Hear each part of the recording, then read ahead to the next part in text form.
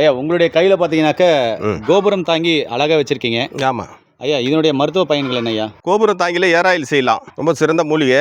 இதில் வந்துட்டு பார்த்தீங்கன்னா தேங்காய் எண்ணெய் ஒரு 2 லிட்டர் எடுத்துக்கலாம். இந்த சாறு ஒரு 1/2 லிட்டர் எடுத்துக்கலாம். எடுத்துக்கிட்டு போட்டு நல்லா காய்ச்சி வடிகட்டி வச்சுக்கிட்டு தேய்ச்சோம்னா கூந்தல் நீண்டு வளரும். அப்புறம் வந்து இதை நல்லா ஃபுல்லாக மெண்டு திங்கிட்டு இந்த வாட்டிலோடு இருக்குல்ல அதை தின்னோம்னா அந்த பல்லு கூச்சாது. இது சாப்பிடும்போது பேர் கோபுரம் தாங்கி முதுகு எலும்பு வலி இருக்கிறவங்க போன் வலி சரியாயிடும். மூட்டுக்கு வலி இருக்கிறவங்க எலும்புகளுக்கு சரியாயிடும். எலும்பு சம்மந்தப்பட்ட எதுவாக இருந்தாலும் சரியாயிடும். இது எத்தனை வேலை சாப்பிடணும் ஐயா? காலையில் சாஞ்சிடும். எவ்வளோ சாப்பிடணும் ஐயா? ஒரு கைப்பிடி. ஒரு கைப்பிடி. கசப்பாக இருக்கும். கசப்பாக இருக்கும். கசப்பு கொஞ்சம். இது எவ்வளோ நாளைக்கு சாப்பிடணும் ஐயா? 48 நாள், ஒரு மண்டலம். ஒரு மண்டலம் சாப்பிடணும். சாப்பிட்டோமா எலும்பு சம்மந்தப்பட்ட எல்லா பிரச்சனையும் சரியாயிடும். ஐயா இது சாப்பிடும்போது என்ன பத்தியம் இருக்கணும்? பத்தியாக மாமிசம் சாப்பிடக்கூடாது. இது நார்மலாக ஆட்டுக்கறி சாப்பிடலாம்.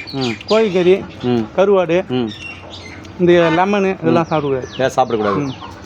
பாவக்காய், அகத்திக்கீரை, மொச்சக்கொட்டை இதெல்லாம் சாப்பிடக்கூடாது. அந்த மாதிரி ஐட்டம்லாம் சாப்பிடக்கூடாது. ரொம்ப அருமையான தகவல் பார்த்தீங்கன்னாக்க ஆமாம் நீங்கள் 2 பேரும் சேர்ந்து சொல்லியிருக்கீங்க. ரொம்ப ரொம்ப நன்றிங்கய்யா.